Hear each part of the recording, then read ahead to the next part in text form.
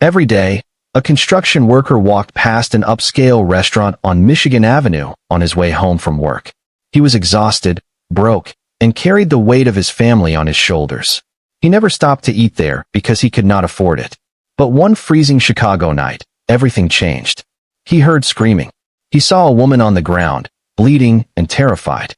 He did not know who she was. He did not know her story.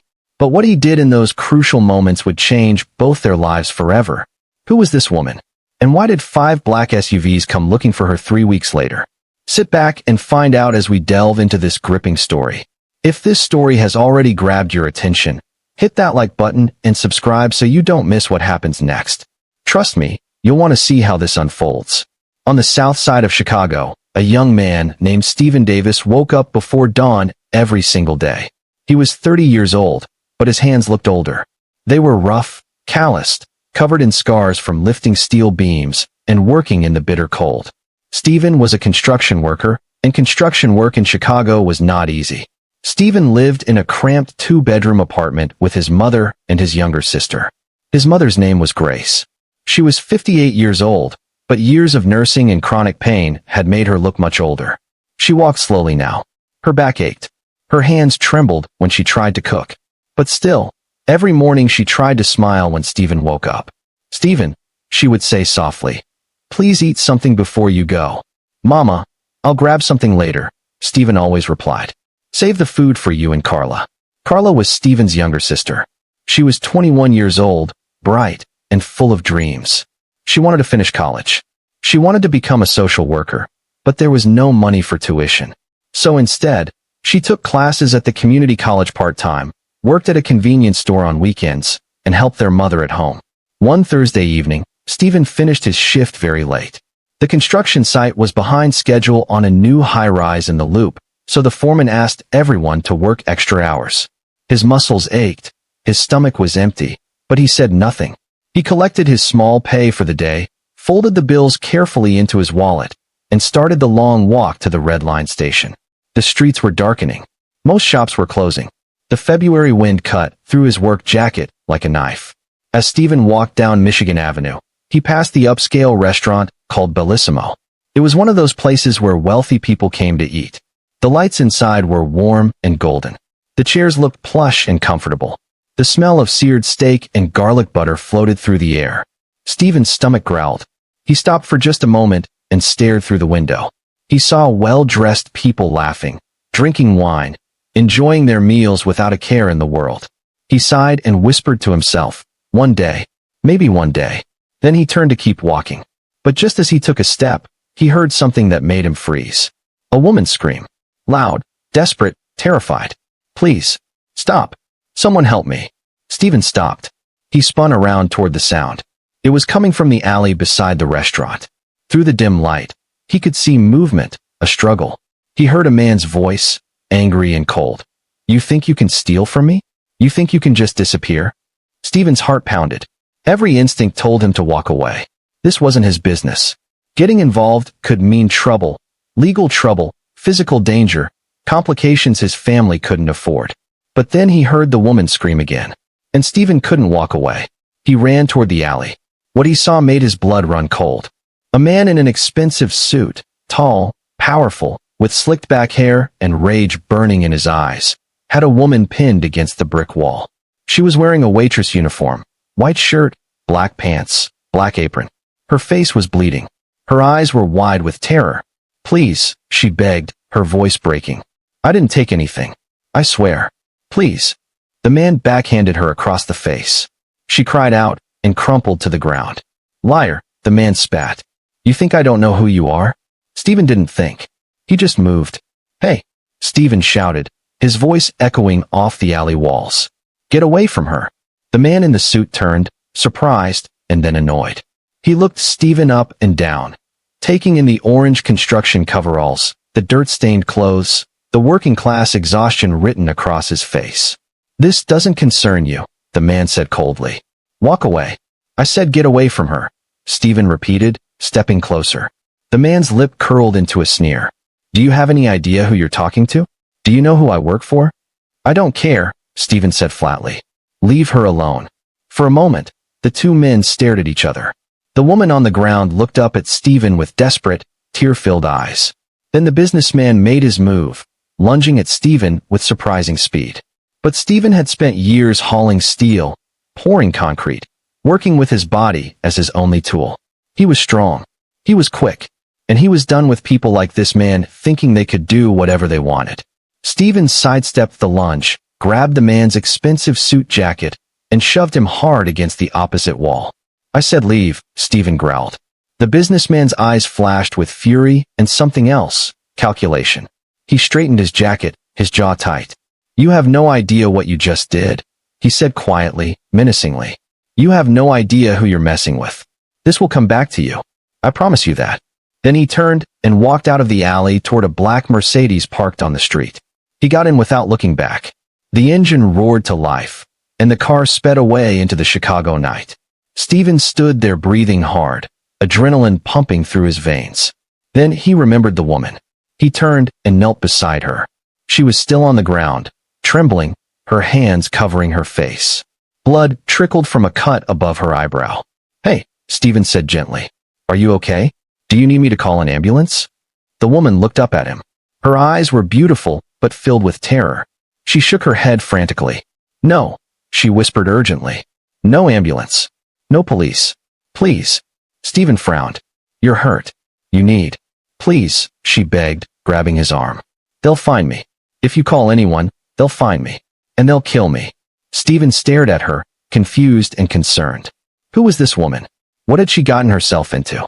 "Who's going to kill you?" he asked quietly. The woman's eyes filled with tears. She looked away, her whole body shaking, from cold, from fear, from something deeper. "I can't explain," she whispered. "Not here. Not now. But please. I'm begging you, don't call anyone." Stephen looked at her for a long moment. He thought about his mother and sister waiting at home. He thought about the danger this could bring to his door. He thought about the businessman's threat still ringing in his ears. But he also saw a woman who was terrified, bleeding, and alone on a freezing Chicago night. And Stephen couldn't walk away. "Okay," he said softly. "No ambulance. No police. But you can't stay here. It's too cold, and that guy might come back." The woman looked up at him with surprise and something like hope. What are you saying?" she whispered. Stephen took a deep breath. He couldn't believe what he was about to do. "My name is Stephen," he said. "I don't have much. I live with my mother and sister on the south side. It's not fancy. It's barely enough for the three of us. But if you need somewhere safe to stay tonight, you can come with me." The woman stared at him like she couldn't believe what she was hearing. Tears spilled down her cheeks. "Why?" she whispered. "Why would you help me? You don't even know me." Stephen looked at her, really looked at her. He saw the fear, the exhaustion, the desperation. He saw someone who had nowhere to go and no one to turn to. He saw someone who needed help. "Because nobody should be alone on the streets at night," Stephen said simply. "Come on. Let me help you." Slowly, carefully, the woman reached out and took his hand. "Thank you," she whispered, her voice breaking. "Thank you so much." Stephen helped her to her feet. She winced, holding her side. "What's your name?" he asked gently. The woman hesitated. Then she said quietly, "Felicia. My name is Felicia." "Okay, Felicia," Stephen said. "Let's get you somewhere warm." Together, they walked out of the alley and into the cold Chicago night. Stephen didn't know it yet, but this decision, this one act of kindness, would change everything. Because Felicia wasn't just a waitress, and the man who had attacked her wasn't just some angry customer. And in 3 weeks, 5 black SUVs would pull up outside Stephen's apartment building, and nothing would ever be the same again.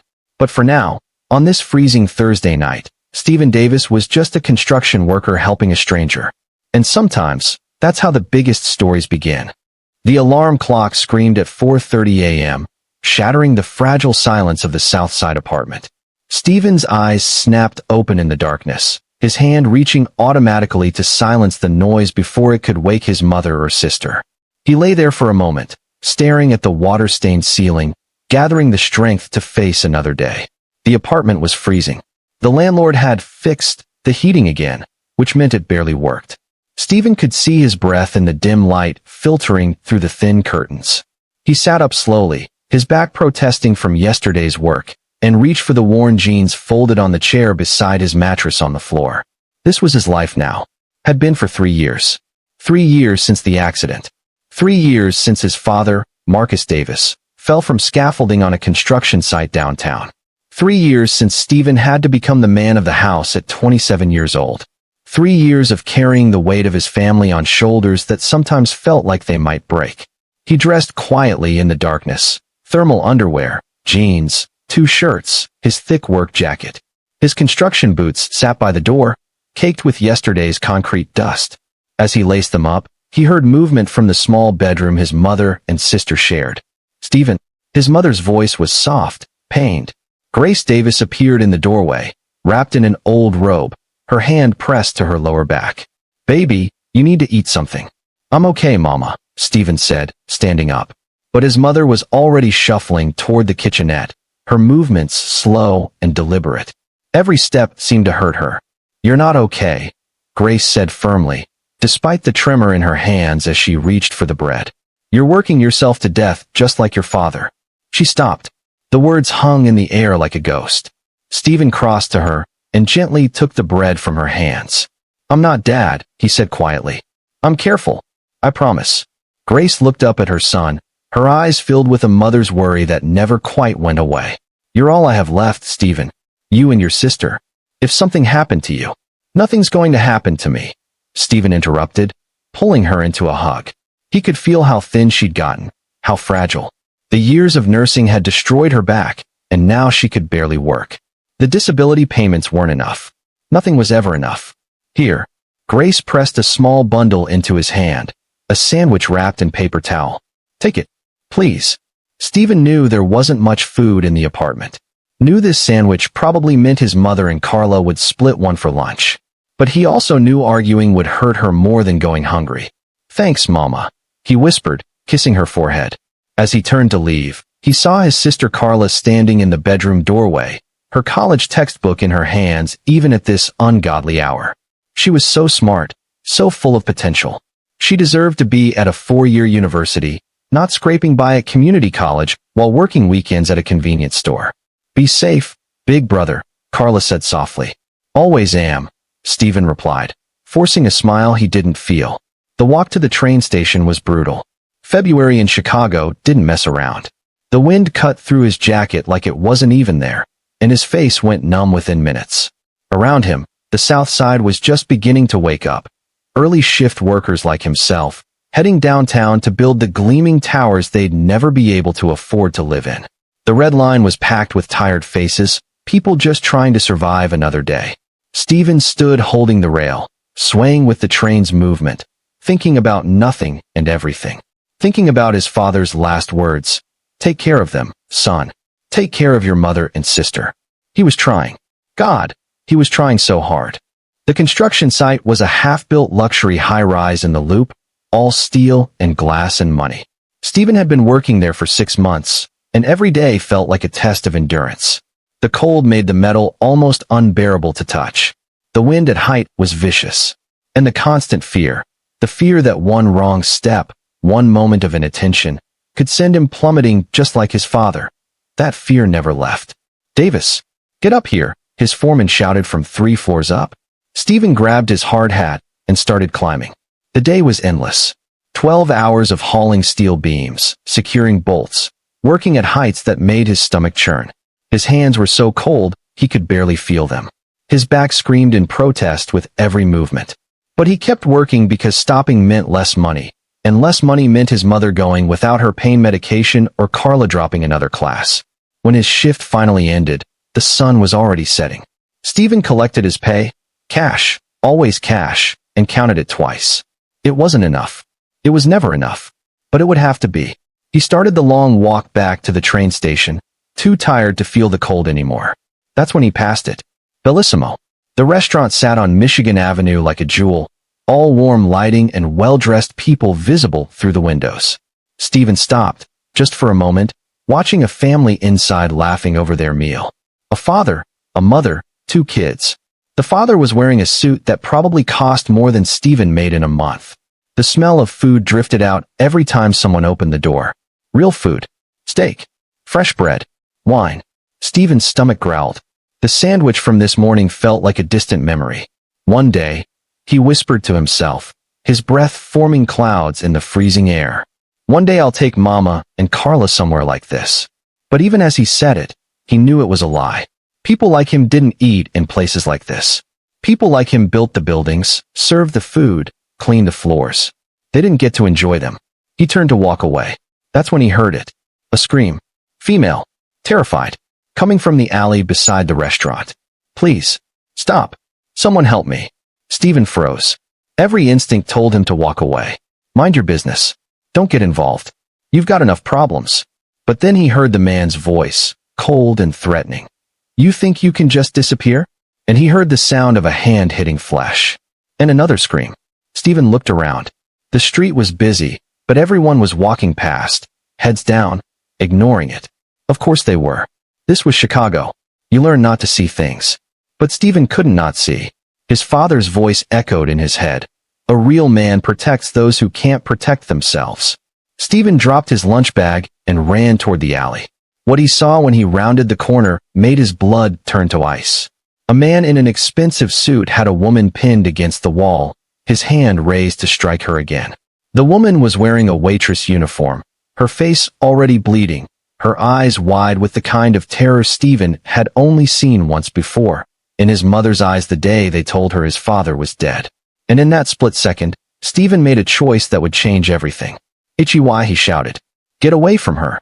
The man turned, and Stephen saw his face clearly for the first time, and felt his stomach drop, because he knew that face. Everyone in Chicago knew that face. It was Vincent Rossi, Rebecca Whitford's personal attorney, and the most dangerous lawyer in the city. Vincent Rossi's eyes narrowed as he sized Stephen up, taking in the dirty construction coveralls, the calloused hands, the exhaustion etched into every line of his face. A slow, contemptuous smile spread across the lawyer's perfectly shaved face. Walk away, blue collar, Rossi said, his voice dripping with disdain. This doesn't concern you. Stephen's heart was hammering, but he didn't move. Couldn't move.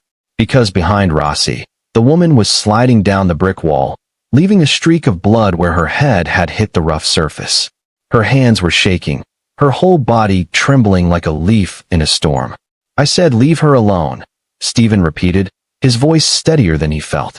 Rossi laughed, a cold, hollow sound that echoed off the alley walls. Do you have any idea who I am? Who I work for?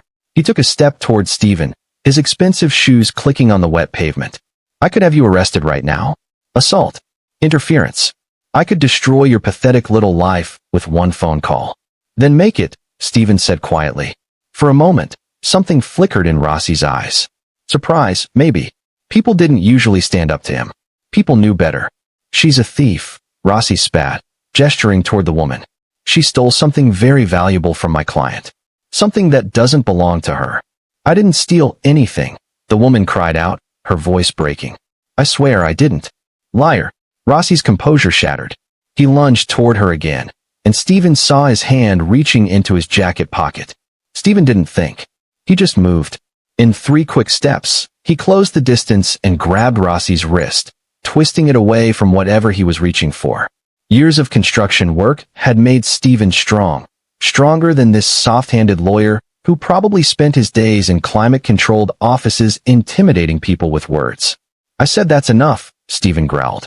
Rossi's face contorted with rage. You dare put your hands on me? He swung his free hand at Stephen's face, but it was clumsy, desperate. Stephen blocked it easily and shoved Rossi backward. The lawyer stumbled, his polished shoes slipping on the icy pavement, and he went down hard.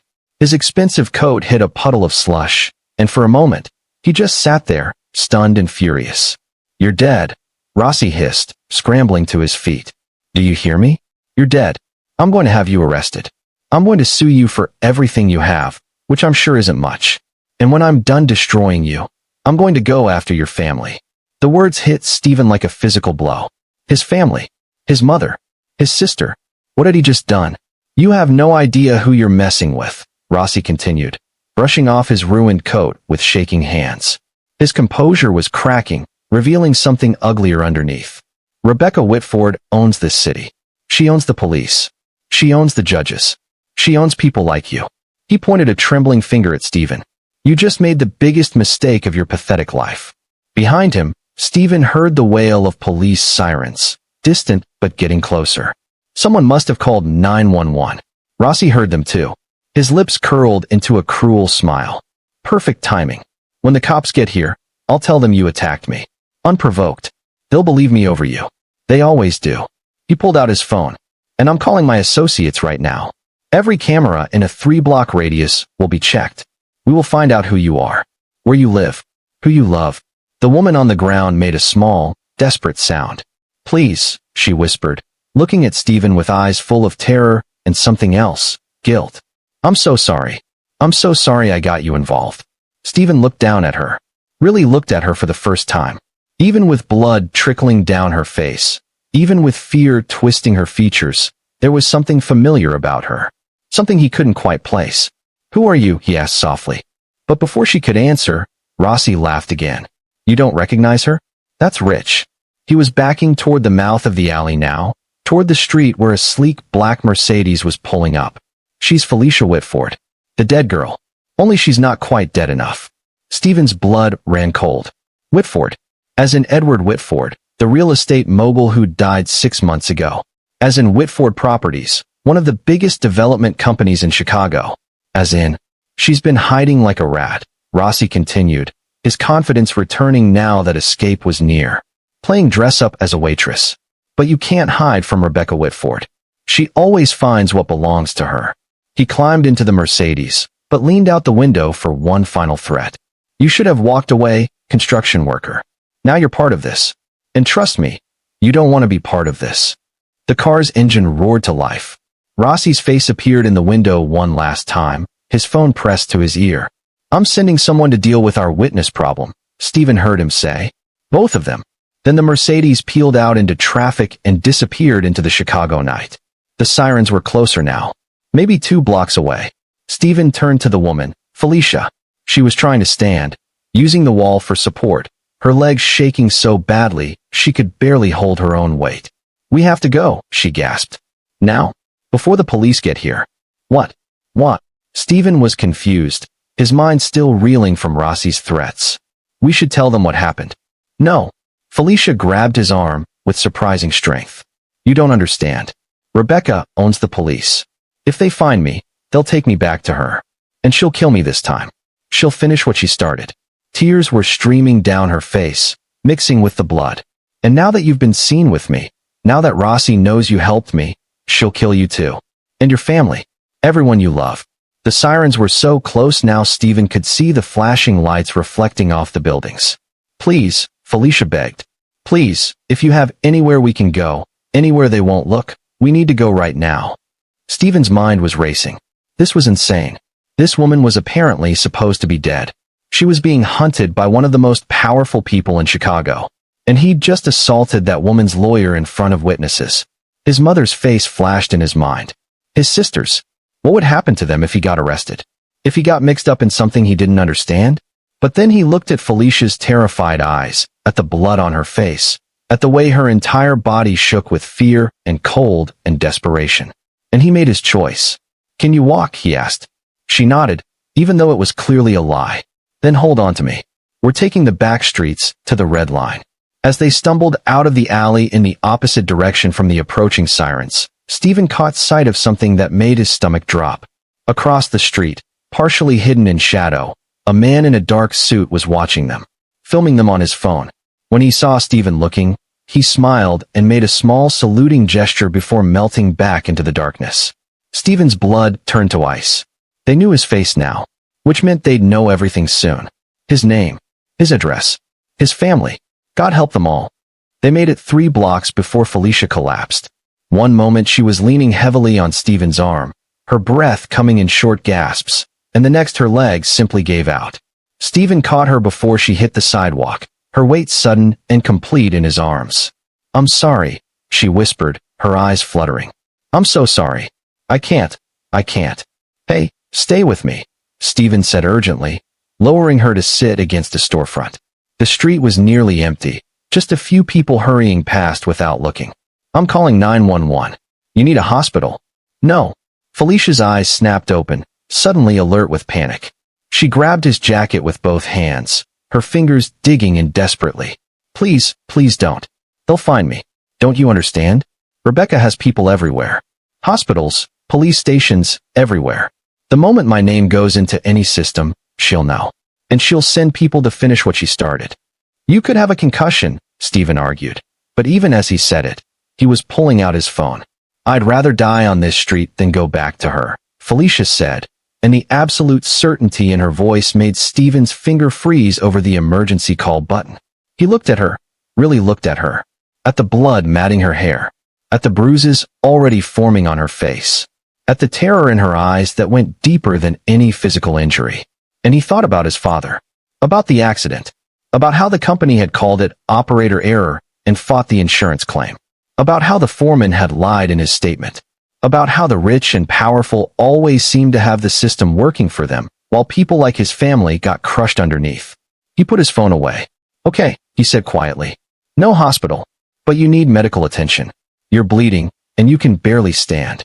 I'll be fine, Felicia said, but her voice was weak, fading. No, you won't. Stephen made a decision that terrified him even as he spoke the words. My mother used to be a nurse. She can look at your head. My apartment is about 20 minutes from here on the red line. Felicia stared at him like he'd spoken a foreign language. You would take me to your home? To your family? Fresh tears spilled down her cheeks. Why? You don't even know me. I'm putting you in danger just by being near you. I know, Stephen said simply. But I can't leave you here. Can you walk if I help you? The Red Line platform was harsh with fluorescent lighting and the bone-deep cold of Chicago winter. Stephen kept his arm around Felicia, supporting most of her weight, trying to look like they were just another tired couple heading home. But his eyes kept scanning the platform, looking for anyone watching them too closely, anyone with a phone out, anyone who might report back to Rebecca Whitford's people. When the train arrived, he guided Felicia to a seat in the back corner. She slumped against the window, her eyes half closed, her breathing shallow. The few other passengers gave them a wide berth, just another problem they didn't want to be involved with. Why did he call you the dead girl? Stephen asked quietly. Felicia's eyes opened, and for a moment, Stephen saw such profound sadness that it made his chest ache. Because I was supposed to die, she whispered. 3 months ago. Car accident. Except it wasn't an accident. Rebecca, my stepmother, she tampered with my brakes. I should have died when my car went off the bridge. Her hand unconsciously went to her ribs. I was in the hospital for weeks. And when I got out, I realized she would try again. So I ran. Changed my name. Got a job as a waitress. Tried to disappear. But Rossi recognized you. He was my father's lawyer. Before Rebecca bought him. Felicia's voice was bitter. He came into the restaurant tonight and saw me. I tried to run, but he followed me into the alley and... She touched her bleeding head. He said Rebecca wanted to know if I had any of my father's files. Any evidence. He said she'd let me go if I just told him where they were. And do you? Stephen asked. Have evidence. Felicia met his eyes, and something hard flickered there. Something determined. Yes. But I'd die before I told them where. The train lurched to a stop at 47th Street. Stephen stopped. He helped Felicia to her feet, and they stumbled out into the freezing night. 3 more blocks to his apartment. 3 blocks that felt like 3 miles with Felicia leaning heavier on him with each step. When they finally reached his building, Stephen's hands were shaking as he unlocked the door. Not from cold. From fear of what he was about to do. Bringing this woman, this hunted, dangerous woman, into his home. Into his mother's and sister's lives. But it was too late to turn back now. The apartment door opened before he could get his key in the lock. His mother stood there in her robe, her face creased with worry. Stephen, thank God. I was so worried. You're never this late. Grace's words died as she saw Felicia. Oh my Lord. Oh baby, who is this? What happened? Mama, I need your help, Stephen said, and he heard the tremor in his own voice. This is Felicia. She's hurt. She needs. Bring her in right now, Grace said, her nurse instincts immediately taking over. She held the door wide. Carla, get the first aid kit. Stephen guided Felicia to the worn couch. She sank into it like her strings had been cut, her eyes closing. Grace was already examining the wound on her head, her gentle fingers probing carefully. Carla appeared from the bedroom, her eyes widening when she saw the blood. Oh my God. Stephen, what? Get me warm water, clean towels, and the antiseptic, Grace interrupted, her voice calm and professional. And call Mrs. Johnson next door, see if she still has those butterfly bandages. Shouldn't we call an ambulance? Carla asked, but she was already moving toward the kitchen. No. Felicia's eyes flew open. Please, no hospitals, no police, no. Shoo, it's okay, sweetheart, Grace soothed, her hand gentle on Felicia's shoulder. Nobody's calling anyone. But I need you to stay still so I can clean this wound, all right? Stephen watched his mother work, watched her sure hands cleaning away the blood, watched the way she murmured soft reassurances. The same way she'd cared for him and his sister their whole lives. The same way she'd cared for his father after 12-hour shifts left him battered and exhausted. Stephen. Carla pulled him aside, her voice low and urgent. Who is she? What happened? And why can't we call the police? It's complicated, Stephen said, which was the understatement of the century. Complicated. Carla's eyes flashed. She's bleeding all over our couch. You look like you've seen a ghost. And you're saying we can't call for help. That's not complicated. That's dangerous. I know. Then why? Because she needs help, Stephen said quietly. And we're the only ones who can give it. Carla stared at him for a long moment. Then she shook her head. You're going to tell me everything. Tomorrow. First thing. Tomorrow, Stephen agreed.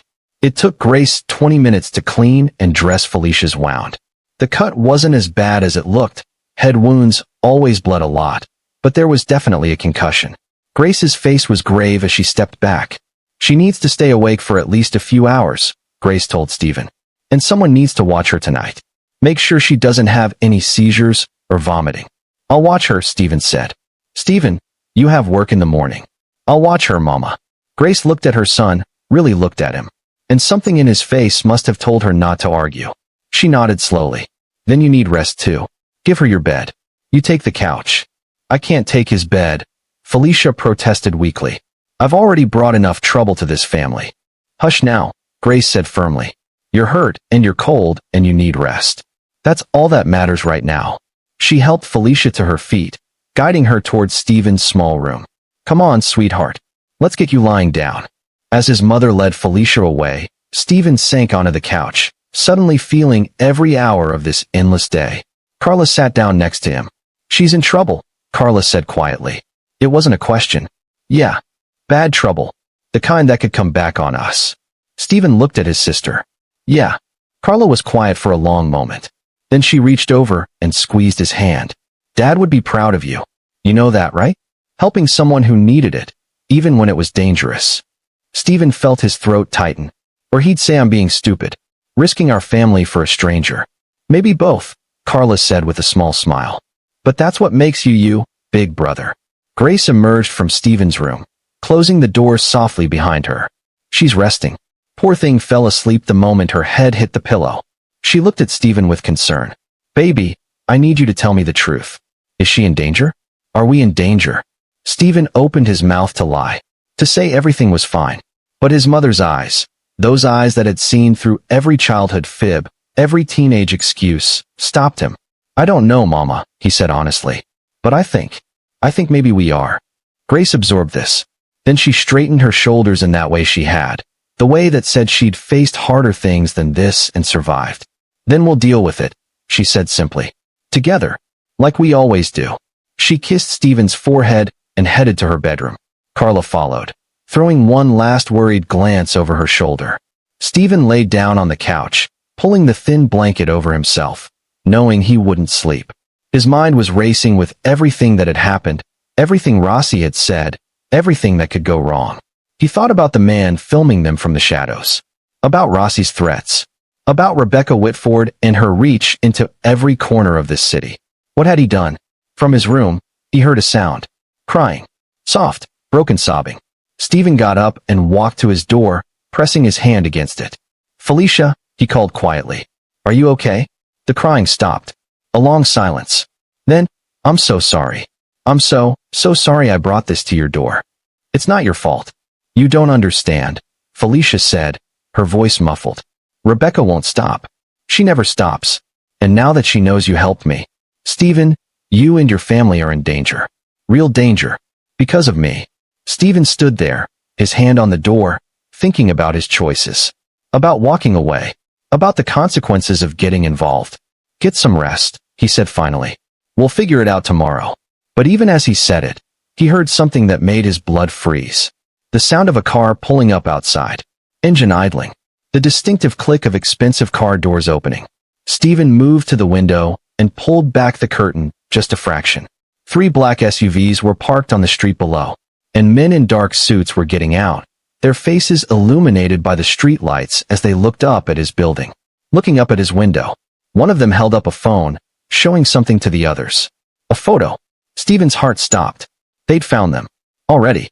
If you're still watching at this point, drop a comment with, "I'm still here." Let's see who's truly following this shocking story. Stephen's hand was already reaching for his phone when the men below suddenly turned away from his building and walked toward the adjacent apartment complex. False alarm. Wrong address. For now. But his hands were still shaking as he let the curtain fall back into place. He didn't sleep that night. Every sound in the hallway made him jump. Every car. Yes, thank you, Felicia said. Then, remembering her manners from another life. May I help? Grace smiled gently. You can get the cups from that cabinet there. Felicia stood and opened the cabinet Grace had indicated. There were exactly 4 mismatched mugs inside. 4. For a family of 3. She pulled out 2 carefully, afraid they might break in her hands. When was the last time she'd made tea? Really made it herself, not just watched a housekeeper do it? She couldn't remember. The tea bags are in the jar by the stove, Grace said, watching her with kind but observant eyes. Felicia found them, generic store brand, not the imported loose leaf she'd grown up with. She fumbled with the jar lid, her hands still shaking from last night. Here, Grace said gently, taking the jar. Let me. You sit. Shame flooded through Felicia. She couldn't even make tea. What use was she to anyone? They sat together in silence while the kettle heated. Grace didn't push, didn't pry. She just waited, the way nurses learn to wait, until Felicia was ready to speak. I don't know how to do any of this, Felicia finally whispered. I don't know how to be normal, how to live like a regular person. Nobody expects you to, Grace said. You're hurt. You're scared. That's enough for now. But I'm a burden, Felicia said, tears welling up. Stephen works so hard. You all barely have enough. And I'm just one more mouth to feed, one more problem. Stop, Grace said firmly. The kettle whistled, and she poured the water with steady hands despite the tremor that usually affected them. My son didn't bring you here because we had extra. He brought you here because you needed help. That's who he is. That's who we are. Felicia accepted the chipped mug, wrapping her hands around it for warmth. Why? She asked. Why would you help a stranger when you're struggling yourselves? Grace was quiet for a long moment, staring into her own tea. 3 years ago, my husband fell from scaffolding on a construction site. 30 feet. He was in the hospital for 2 days before he died. Her voice was steady, but her eyes were distant. The foreman said it was Marcus's fault. Said he'd been careless. Rushed. But I knew my husband. He was never careless. Felicia listened, her throat tight. The company fought every penny of compensation, Grace continued. They had lawyers, witnesses who lied, money to make problems disappear. We had nothing. We lost everything. Our house, our savings, our future. She looked up, meeting Felicia's eyes. I know what it's like when powerful people decide you don't matter, when the system protects them and crushes you. I'm so sorry, Felicia whispered. So when my son brings home a girl who's running from powerful people who want to hurt her? Grace's voice strengthened. I understand. Maybe better than he does. And I'll be damned if I let them win again. The bedroom door opened, and Carla emerged, already dressed for her morning shift at the convenience store. She stopped when she saw Felicia, her expression hardening. You're still here, Carla said flatly. Carla, Grace warned. What? I'm just saying what we're all thinking. Carla grabbed a granola bar from the nearly empty cabinet. We can barely feed ourselves, Mama. And now we're hiding someone from. What? The mob? The police? Both. Carla, that's enough, Grace said firmly. But Carla wasn't finished. She turned to Felicia, her young face fierce with worry and frustration.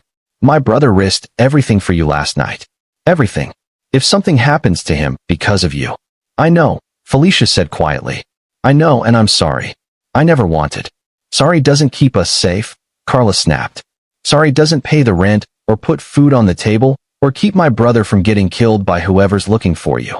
Carla, Grace stood up. That's enough. Go to work. Carla grabbed her coat, her eyes still on Felicia. "I hope you're worth it," she said. Then she left, the door closing hard behind her. Silence filled the apartment. "I should go," Felicia said, standing up. "She's right. I'm putting all of you in danger." "Sit down," Grace commanded. "My daughter is scared. She has every right to be. But that doesn't mean she's right." "But she is right," Felicia insisted. "You don't know what Rebecca is capable of. What she'll do to anyone who helps me." "Then tell me," Grace said. "Tell me everything. Let me decide if the risk is worth it." So Felicia did. Sitting in that cramped kitchen with its dripping faucet and humming refrigerator, she told this woman who'd lost everything the whole truth. About her father. About Rebecca's manipulation and her father's suspicious death. About the attempted murder. About running and hiding and living in fear every single day. Grace listened without interrupting, her face grave but calm. When Felicia finished, Grace reached across the table and took her hand. "You're going to stay here," she said simply. "As long as you need. And we're going to figure this out together. But, no buts. You're safe here. For now, that's enough." Over the next few hours, Felicia tried desperately to be useful. She attempted to clean the apartment, but everything was already spotless. Grace kept it immaculate despite her pain. She tried to cook, but she'd never actually cooked before, not really, and nearly burned the eggs before Grace gently took over. "Maybe you could fold the laundry?" Grace suggested kindly. Felicia nodded eagerly, grateful for something she could do. But even that revealed her inexperience. She'd never folded clothes before. The housekeeper had always done it. Her clothes had come back pressed and perfect, hanging in her closet like they'd appeared by magic. Grace watched her struggle with a fitted sheet and finally came over. "Here," she said, showing her the technique. "Like this." "I'm useless," Felicia said, frustrated tears pricking her eyes. "You're learning," Grace corrected. "There's a difference." Around noon, there was a knock at the door. Felicia froze, her heart hammering. Grace put a calming hand on her shoulder. "It's just Mrs. Johnson from next door," Grace said. "She brings by food sometimes." But Felicia noticed how Grace checked the peephole carefully before opening the door. Mrs. Johnson was a round woman in her 60s with kind eyes and a nose for gossip. She handed Grace a covered dish and immediately looked past her at Felicia. "Oh my," she said. "And who's this?" "My niece," Grace said smoothly. "Lisa. She's staying with us for a while." Mrs. Johnson's eyes took in everything. Felicia's expensive bone structure, her refined posture even while trying to look small, the way she held herself like someone used to much better circumstances. "Pleased to meet you, Lisa." "You too," Felicia managed. When Mrs. Johnson left, Felicia turned to Grace. "She didn't believe you." "No," Grace agreed. "But she won't say anything. She's good people." But Felicia wasn't so sure. In her experience, everyone had a price. Everyone could be bought or threatened or convinced to betray you. The afternoon dragged on. Felicia kept looking at the clock, wondering when Stephen would be home. Wondering if he would be home. What if Rossi had made good on his threats? What if Stephen was arrested at work? What if the apartment door opened and Stephen walked in, exhausted but safe? Felicia felt something release in her chest. Relief so profound it made her dizzy. Their eyes met across the room, and something passed between them. Something neither was quite ready to name. "Everything okay?" Stephen asked, looking between his mother and Felicia. "Fine," Grace said. Felicia helped with the laundry. Stephen's lips quirked slightly, and Felicia realized Grace hadn't mentioned her multiple failed attempts at basic household tasks. A small kindness that made her throat tight. That evening, more neighbors stopped by, casually, conveniently. Word had spread that Grace Davis had a visitor. A young woman. Pretty. Clearly not from the neighborhood. Each time, Grace introduced Felicia as her niece. Each time, Felicia saw the doubt in their eyes. But each time, they smiled and welcomed her and brought small offerings of food or help. It was so different from her old world, where everyone was polite and distant and no one actually cared if you lived or died. After dinner, a simple meal of rice and beans that tasted better than anything Felicia remembered from her father's mansion. Stephen walked her through how to use the subway system, just in case she ever needed to run. "This is the red line map," he said, pointing. "This is where we are. This is how you'd get to Union Station if you needed to leave the city fast."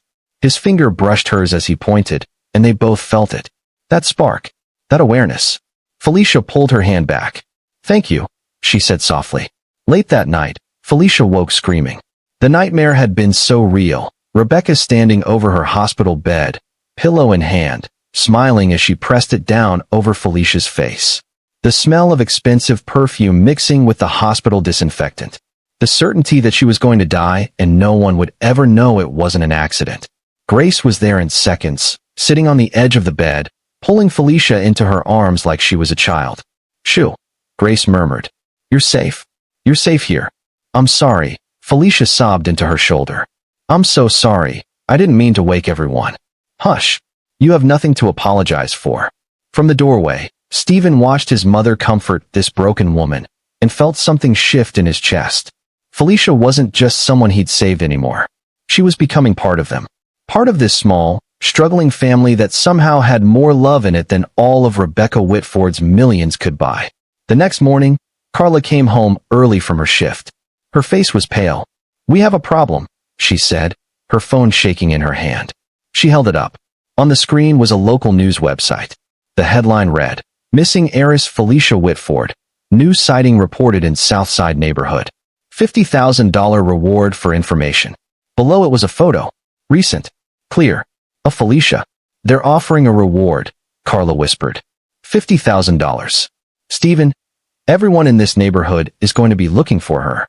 Through the thin apartment walls, they heard it. Phones buzzing. Doors opening. Voices rising in excitement. The hunt had just begun. And this time, there was nowhere left to hide. The reward changed everything. Within hours, the neighborhood transformed. Suddenly, everyone was looking at Felicia a little too long, a little too carefully. Mrs. Johnson stopped by 3 times in one day, each time with an excuse, each time studying Felicia's face. The bodega owner on the corner started watching the building. Even the kids playing basketball in the street seemed more alert, more interested. $50,000 was a fortune in the South Side. It was a year's rent, college tuition, medical bills paid, a way out of poverty. It was enough to make anyone betray a stranger. Stephen started varying his route home from work, watching for tails. Grace stopped answering the door unless she knew exactly who was knocking.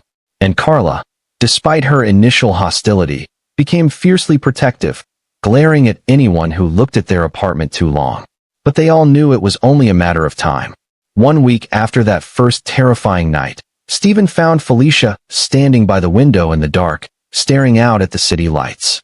She didn't hear him approach, lost in whatever memories haunted her. You should stay away from the windows, Stephen said softly. Felicia jumped, her hand flying to her chest. You scared me. Sorry. He moved beside her, but didn't touch her, though he wanted to.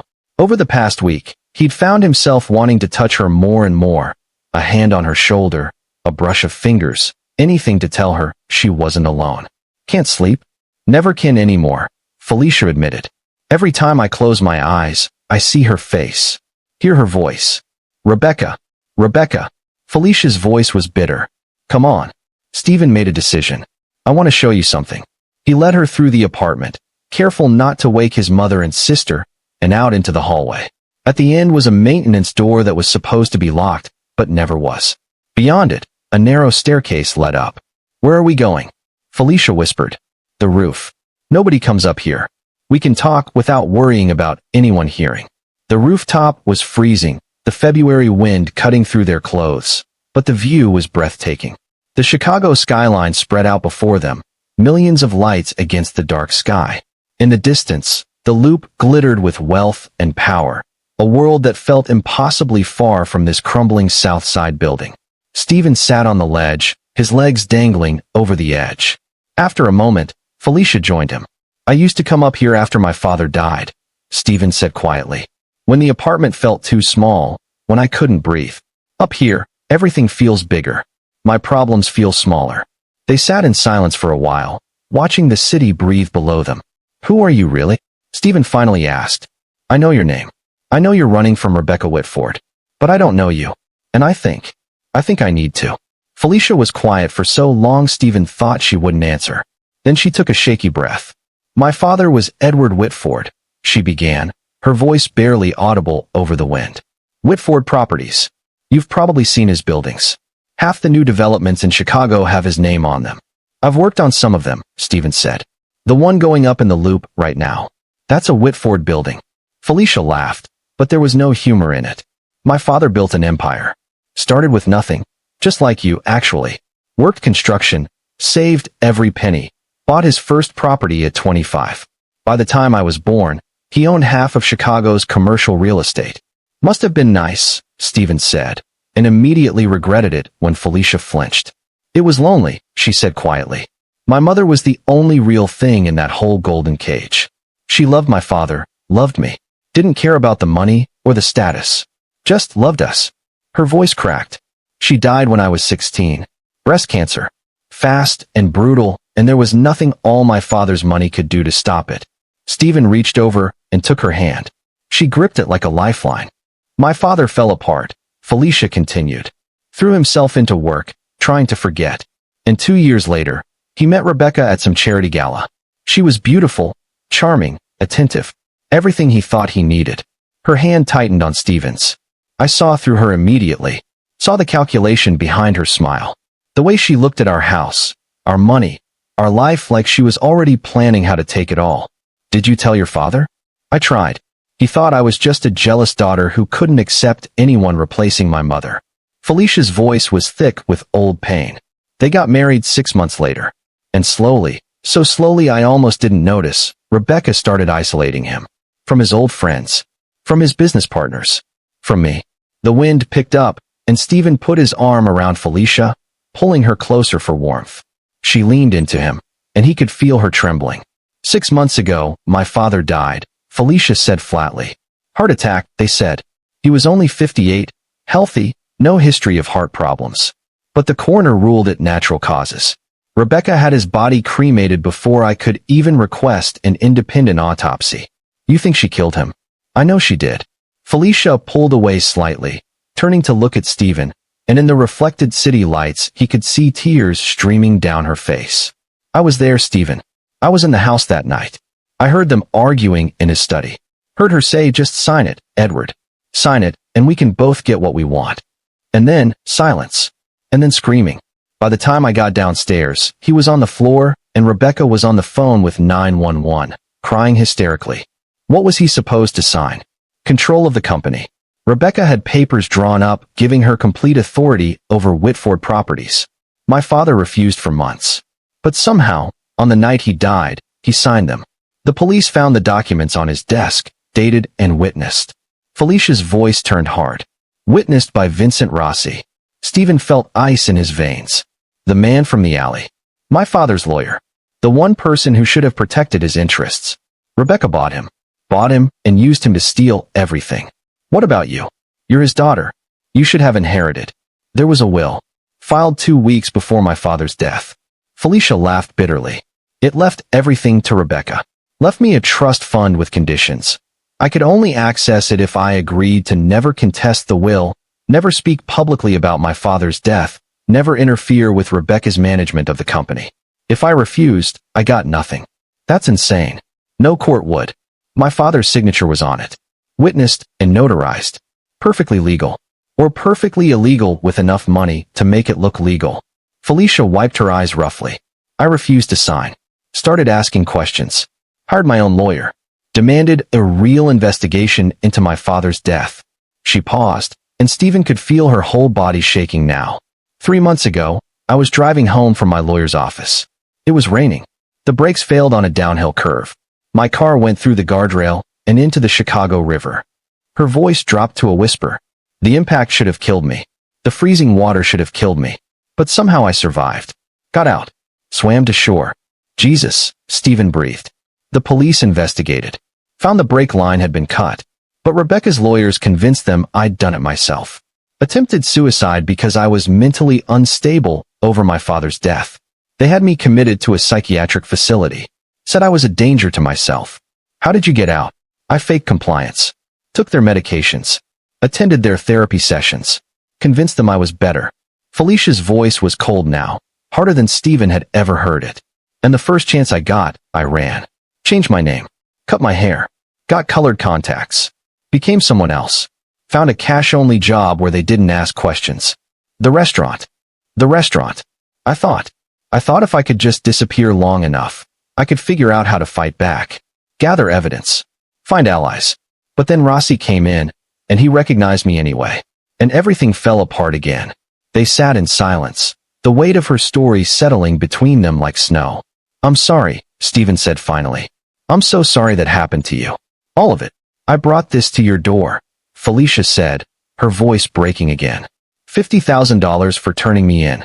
Your family needs that money, Stephen. Your mother needs medical care. Carla needs school. You need. Don't. Stephen turned to face her fully, his hands on her shoulders. Don't you dare suggest we'd sell you out. Why not? You don't owe me anything. I'm nothing to you. You're not nothing, Stephen said fiercely. And then, quieter, you're not nothing to me. Felicia stared at him, her eyes searching his face in the dim light. My father died in a construction accident, Stephen said quietly. But it wasn't an accident. The foreman cut corners on safety equipment to save money. My father complained, filed reports, threatened to go to OSHA. And 2 days later, he fell. Stephen's jaw tightened. The company ruled it operator error. Their lawyers buried my mother in paperwork. We lost everything fighting them and they won because they had money and power and we had nothing. Stephen. So I know what it's like when the system protects the rich and crushes everyone else. I know what it's like to watch them get away with murder because they can afford better lawyers. He cupped her face gently. And I'll be damned if I let it happen to you too. Felicia's breath caught. They were so close now, close enough that Stephen could count her eyelashes, could see the gold flecks in her brown eyes. I'm scared, she whispered. Me too, Stephen admitted. I don't know how to fight her. She's too powerful. Then we figure it out together. Stephen, you could lose everything. He kissed her. It was soft at first, tentative, asking permission. But then Felicia's hands fisted in his jacket, and she kissed him back with a desperation that made his heart ache. She kissed him like he was her last hope, her last safe place in a world that had tried to destroy her. When they finally pulled apart, both breathing hard, Felicia was crying again. I'm falling for you, she whispered. And that terrifies me because everyone I've ever loved has been taken from me. I'm not going anywhere, Stephen promised, pressing his forehead to hers. They sat there for a long time, wrapped in each other's arms, the Chicago skyline glittering around them like a promise or a threat. Neither of them saw the figure watching from the building across the street. Neither of them noticed the camera lens pointed directly at them. Neither of them realized that this moment, this kiss, this confession, this promise, had just been photographed and was already being sent to Rebecca Whitford's phone. And neither of them heard the black SUVs pulling up outside their building, 5 of them this time, blocking every exit. The hunt was over. They'd been found. They made it down from the roof in record time, Stephen's heart hammering as he pulled Felicia through the maintenance door. But when they burst back into the apartment, breathless and terrified, Grace was standing at the window with her arms crossed. False alarm, she said calmly. Security company. Wrong address again. Stephen's legs nearly gave out with relief. Felicia sank onto the couch, her hand over her racing heart. How many times is that going to happen before it's real? Carla asked from the doorway, her voice tight. I don't know, Stephen admitted. But somehow, miraculously, the real moment didn't come. Not that night. Not the next day. Not the day after that. Days turned into a week. A week turned into 2. Then 3. And in those 3 weeks, something impossible happened. They found happiness. It started small. Stephen teaching Felicia how to ride the red line during off-peak hours when it was safer, less crowded. Standing close together as the train swayed, his hands steadying her, their fingers intertwining naturally. See that stop? Stephen pointed. That's where you transfer if you need to get to the Greyhound station. Just in case. Just in case, Felicia echoed, but her grip on his hand tightened, like she never wanted to let go. An older woman across from them smiled knowingly. Young love, she said warmly. Treasure it, babies. Treasure every moment. They did. Felicia got a job at Rosie's Diner, a 24-hour place 3 blocks from the apartment. The owner, a no-nonsense woman named Donna, asked exactly one question. Can you show up on time and work hard? Yes, ma'am, Felicia said. Then you're hired, Lisa. Welcome aboard. Lisa. Felicia was getting used to the name. Getting used to being someone new. Someone without a trust fund or a mansion or a target on her back. The work was brutal. Her feet ached after every shift. Her back hurt from carrying heavy trays. The kitchen heat was oppressive, and drunk customers at 2 a.m. were their own special kind of nightmare. But she loved it. "I've never earned my own money before," she told Stephen one night, showing him her first paycheck with pride that made his chest tight. "This is mine. I earned this." "You did," Stephen said, pulling her close. "I'm proud of you." At home, Felicia found her place in the family. She helped Carla with her college applications, drawing on her own expensive private school education to craft essays that made Carla's experiences shine. "This is good," Carla said, reading over what Felicia had helped her write. "This is really good." "It's your story," Felicia said. "I just helped you tell it better." "Thank you," Carla said quietly. And then, even quieter, "I'm sorry I was such a bitch when you first got here." "You were protecting your family," Felicia said. "I would have done the same thing." Carla looked at her for a long moment. "You're not so bad, rich girl. Neither are you, scholarship girl." They smiled at each other, and something shifted. A wall came down. They weren't enemies anymore. They were becoming sisters. Grace watched her son fall in love, and for the first time in 3 years, she saw Stephen smile. Really smile. The way he used to before the weight of the world settled on his shoulders. "She's good for you," Grace told him one morning before work. "I know," Stephen said. "But Stephen," Grace's face grew serious. "This can't last forever. Eventually." "I know that too, Mama," Stephen interrupted gently. "But right now, for this moment, can we just be happy?" Grace touched his face tenderly. "Yes, baby. You deserve to be happy." The neighborhood slowly accepted Lisa as one of their own. Mrs. Johnson stopped looking at her suspiciously and started inviting her to church. The kids playing basketball taught her how to shoot. The bodega owner gave her extra change for luck. $50,000 was a lot of money, but community was worth more. Still, there were moments when the class divide between them felt like a chasm. Felicia accidentally mentioned her piano lessons once, then went quiet when she realized Grace's entire apartment could fit inside her childhood music room. Stephen sometimes caught himself resenting how easily she'd learned to read people, to navigate social situations, skills that came from expensive schools and country club summers. "I'm sorry," Felicia said one night after mentioning a vacation to Paris and seeing Stephen's jaw tighten. "I don't mean to." "It's not your fault you had money," Stephen said, but his voice was strained. "It feels like it is. When I see how hard you work for so little. When I think about how much I wasted without even realizing." "Stop," Stephen said. "We can't change the past. We can only work with what we have now." "And what do we have now?" Stephen pulled her close. "Each other. That's enough." On their 3-week anniversary of that first night, Stephen did something reckless. He took the grocery money they desperately needed, and bought candles, cheap wine, and flowers from the corner store. "Stephen, what are you doing?"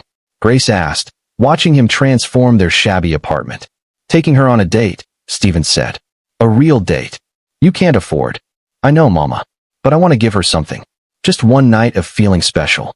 Grace sighed but helped him anyway, sending Carla to spend the night at a friend's. When Felicia came home from her shift at the diner, exhausted and smelling like grease, she stopped in the doorway. The apartment glowed with candlelight. Stephen stood in the middle, wearing his one good shirt, holding out his hand. "What is this?" Felicia whispered. "Our first real date," Stephen said. "I know it's not fancy." "It's perfect," Felicia breathed. Stephen pulled out his father's old record player, one of the few things they'd kept, and put on a scratchy jazz record. As the music filled the small space, he took Felicia in his arms and they danced in the cramped living room, her head on his chest, his arms wrapped around her. "I've been to 100 fancy parties," Felicia whispered. "Crystal chandeliers, live orchestras, designer dresses. And none of them felt like this." "Like what?" "Like home."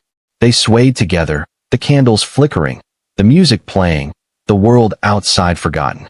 In that moment, it didn't matter that they were broke. Didn't matter that people were hunting her. Didn't matter that this couldn't last.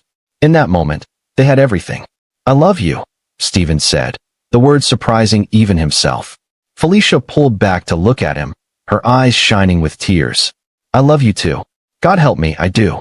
They kissed as the record spun, as the candles burned down, as Chicago slept around them. Grace came home late to find them asleep on the couch, wrapped in each other's arms, peaceful in a way that made her heart ache because she knew this couldn't last. But for now, for this moment, Her son was happy. And that was worth everything. The next morning, Felicia woke before Stephen and slipped out to make breakfast. She'd learned how to cook eggs now, how to make coffee that didn't taste like water. Small victories that felt enormous. She was humming, actually humming, when she heard the sound. Cars. Multiple cars. Engines too expensive for this neighborhood. Her hands froze on the coffee pot. Slowly, carefully, she moved to the window and looked down. 5 black SUVs lined the street below. Men in suits were getting out. Not just any men. She recognized them. Rebecca's security team, led by Marcus Cole, the head of security who'd been her father's most trusted bodyguard before Rebecca bought his loyalty. And standing beside them, climbing out of the lead vehicle in a designer coat that cost more than this entire building, was Rebecca herself. She looked up at the window where Felicia stood, and smiled. Their eyes met across the distance, and Felicia felt her entire world shatter. Rebecca had found her, and this time, there was nowhere left to run. Behind her, she heard Stephen stirring. Felicia? What's? He saw her face, saw the SUVs through the window, and knew. No, he whispered. No, no, no. The building's front door burst open 3 floors below. Heavy footsteps thundered up the stairs. Grace appeared from her room, taking in the scene instantly. The fire escape. They'll have it covered, Felicia said, her voice eerily calm. They'll have everything covered. Rebecca doesn't make mistakes. Then we fight, Stephen said, moving to stand in front of the door. You can't fight them, Felicia said, grabbing his arm. Stephen, please. They'll hurt you. They'll hurt your family. I can't. I won't let that happen. The knock on the door was polite, almost friendly. Miss Whitford, Marcus Cole's voice came through. We know you're in there. Please come peacefully. Mrs. Whitford just wants to talk. Liar, Felicia spat. If you don't open this door, we have a court order authorizing us to enter by force. And I'd hate for these nice people to get their door broken down. Stephen looked at Felicia, at her pale face, at the terror in her eyes, and at the determination growing there too. I have to go, she whispered. I have to go with them. It's the only way to keep you safe. No. Yes. She grabbed his face, kissed him hard and desperate. I love you. Remember that. No matter what happens, remember that. Felicia. She pulled away and walked to the door. Stephen tried to grab her, but Grace held him back, her grip surprisingly strong. Let her do this, Grace whispered urgently. Trust her. Felicia opened the door. Marcus Cole stood there with 6 men behind him, all armed. His face was apologetic, but firm. Miss Whitford, it's time to go home. I'll come quietly, Felicia said. On one condition. You leave this family alone. Completely alone. They had nothing to do with this. Marcus glanced at Stephen, at Grace and Carla huddled in the doorway. Agreed, he said. It was a lie. Felicia knew it was a lie. But she went anyway. This story isn't over yet. Subscribe and turn on notifications, because what happens next changes everything. You won't want to miss the final chapter. As they led her down the stairs, she didn't look back. Couldn't look back. If she saw Stephen's face one more time, she'd lose her courage. Outside, Rebecca was waiting by the lead SUV, perfectly coiffed, perfectly poised. Hello, stepdaughter, she said pleasantly. Did you really think you could hide from me forever? Felicia said nothing. Get her in the car, Rebecca ordered. As they pushed Felicia into the back seat, she caught one last glimpse of the apartment building. Saw Stephen burst out onto the front stoop, his face anguished. Their eyes met one last time. Then the SUV door slammed shut. And just like that, the fairy tale was over. The convoy pulled away, leaving Stephen standing in the street, helpless and alone. Inside the lead SUV, Rebecca turned to Felicia with that cold smile. I have to admit, I'm impressed. 3 weeks is longer than I expected you to last. She pulled out her phone, showing Felicia the photo of her and Stephen kissing on the rooftop. But did you really think I wouldn't find you? I own this city, Felicia. Every security camera, every police officer, every desperate person who needs money. All it took was patience. What are you going to do with me? Felicia asked. Rebecca's smile widened. Why? Exactly what I should have done months ago. You're going to have a tragic accident. And this time, there won't be any miraculous survival. She leaned closer, her voice dropping to a whisper. And your construction worker boyfriend? He's going to have an accident too. At work. Tomorrow. Such dangerous conditions on those building sites. Anything could happen. Felicia's blood ran cold. No. You promised. I lied, Rebecca said simply. Did you really think I'd let witnesses live? How naive. As the SUV merged onto the highway, heading toward the Gold Coast estate, Felicia realized the horrible truth. She hadn't saved Stephen by surrendering. She'd condemned him. But what Rebecca didn't know, what no one knew, was that Felicia Whitford had spent the last 3 weeks learning from Stephen Davis's family what real strength looked like. And she wasn't going down without a fight. At the apartment, Stephen stood frozen, watching the convoy disappear. Grace was beside him, her hand on his arm. Stephen, baby, we need to get you inside. You're bleeding. He looked down. He was bleeding. The guards had hit him when he'd tried to stop them. His lip was split. His ribs ached. But the physical pain was nothing compared to the agony tearing through his chest. She was gone. Mrs. Johnson appeared at his side with a first aid kit. I saw what happened, she said quietly. Those bastards. Beating on a man just trying to protect someone he loves. Did anyone call the police? Carla asked. Mrs. Johnson's face hardened. The police were here, baby.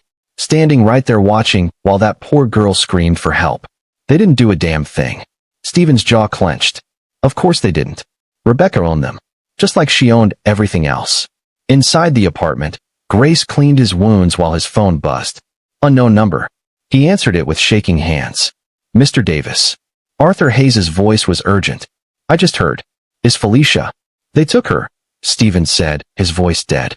Rebecca's men. They took her, and I couldn't stop them. Listen to me very carefully, Hayes said. I've been gathering evidence. Lots of it. Enough to put Rebecca away for life. But I need Felicia's testimony. Can you get to her? She's locked up in that estate. How am I supposed to? I have people. Resources. Give me 12 hours to set something up. Hayes paused.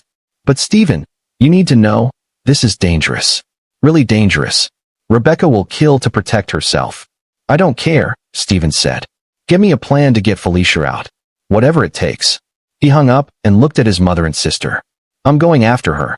We know, Grace said simply. We're coming with you. Over the next hours, Stephen's phone rang repeatedly. Arthur Hayes calling with updates. Unknown numbers. People who'd worked for Edward Whitford. People who owed him debts. People willing to help. By midnight, they had a plan. Risky. Probably suicidal. But a plan. At the Whitford estate, Felicia was learning exactly what Rebecca meant by tragic accident. The mansion loomed above her, all Gothic architecture and old money. She was dragged inside, up the grand staircase, to what had once been her childhood bedroom. But it wasn't her room anymore. Everything personal had been stripped away. The walls were bare.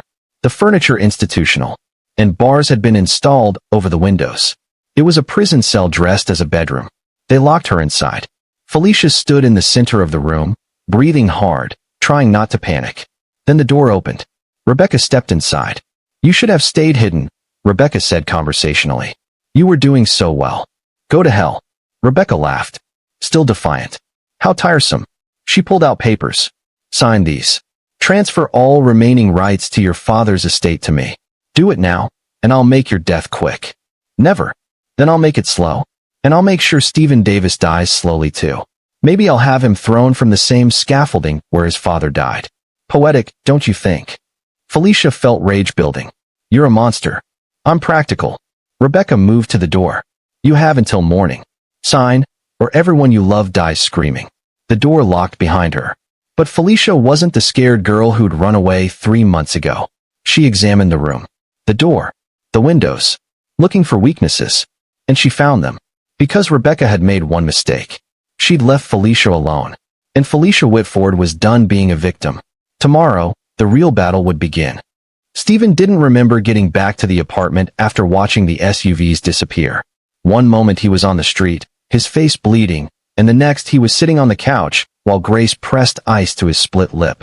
The apartment felt impossibly empty without Felicia. Her coffee mug was still on the counter. Her jacket hung by the door. The pillow on his bed still held the impression of her head. She'd been there an hour ago, smiling, humming, making breakfast. Now she was gone.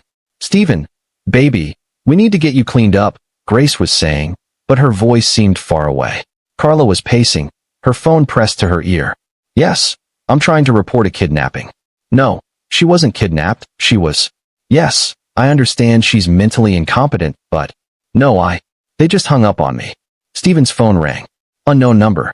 He answered with desperate hope. Mr. Davis. Vincent Rossi's smooth voice made his blood boil. I'm calling on behalf of Mrs. Whitford to inform you that any attempt to contact Felicia will result in immediate legal action. Additionally, your employer received information this morning about theft from the construction site. You'll find yourself unemployed by Monday. If you hurt her, we're helping her, getting her the care she needs. Rossi's voice was amused. You should thank us for removing such an unstable person from your home. The line went dead. Stephen sat there, and for the first time since his father died, he screamed, raw and anguished. Then he picked up the coffee table and flipped it. Mug shattered. He punched the wall, ignoring the pain. Stephen. Grace grabbed him. Stop. He collapsed against her, sobbing. I couldn't save her, Mama. I know, baby. I know. Hours later, Grace was cleaning up the destruction when she found it. Hidden in Felicia's jacket lining, a USB drive. Stephen, she said quietly. Look. Stephen plugged it into his laptop with shaking hands. The files loaded. Financial records. Emails. Medical documents. Proof of everything. And a video labeled for Stephen. He clicked it. Felicia's face filled the screen, recorded just days ago. Stephen, if you're watching this, Rebecca found me. But this drive has everything. Proof she murdered my father. There's a lawyer, Arthur Hayes. His number is in the files. Use this evidence. Expose her. But please, don't throw your life away trying to save me. The video ended. Stephen stared at the screen, at her frozen face. Then he called Arthur Hayes. I have the evidence, Stephen said. All of it. What do we do? Meet me. 1 hour. We end this. At the Whitford estate, Felicia spent her first night examining every inch of her prison. The electronic lock. The barred windows. The guards outside. Looking for weaknesses. Around 3 a.m., a guard brought food. She pushed it away. If Rebecca wanted her weak, Felicia would be strong. At dawn, Rebecca entered with papers. Sign these and this ends peacefully. No. Even if you have evidence, which you don't. Who would believe a mentally unstable girl? I have evidence, Felicia said. And people know the truth. Rebecca's composure cracked slightly. It doesn't matter. I own the courts. The police. Everything. Then why are you so desperate to make me disappear? Rebecca's jaw tightened.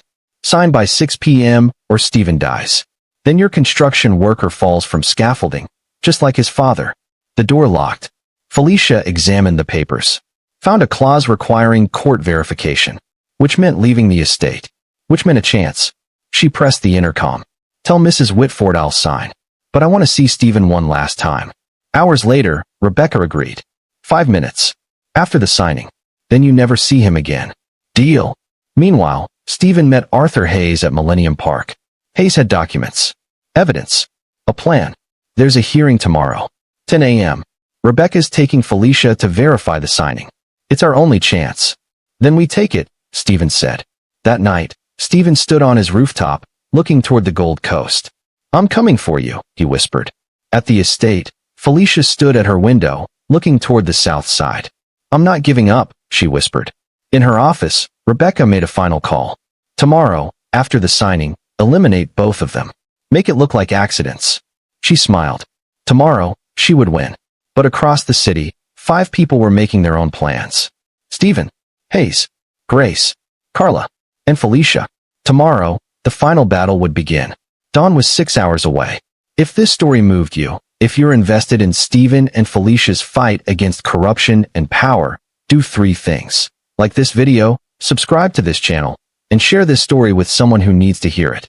Sometimes the most powerful thing we can do is bear witness to injustice and refuse to look away.